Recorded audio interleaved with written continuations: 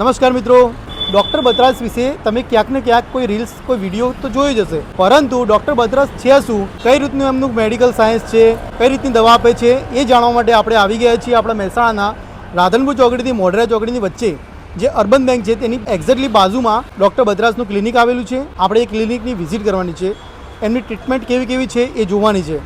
સીડી ચડીને first floor પર જઈએ ત્યારે ડૉક્ટર બત્રાસનું ક્લિનિક તમને જોવા મળશે. આપણે સૌ જાણીએ છીએ કે લાંબા ગાળાની બીમારી હોય, ચાહે અસ્થમા હોય, ચામડીના રોગો હોય કે પછી વાળને લગતી કોઈ સમસ્યા, દરેક બીમારીનો સચોટ ઇલાજ હોમિયોપેથિક મેડિકલ સાયન્સમાં અવેલેબલ છે. અહીંયા ખરતા વાળને જડતા રોકવા માટે તથા નવા હેરને ગ્રો કરવા માટે અત્યાધુનિક મશીનોથી સારવાર કરવામાં આવે છે.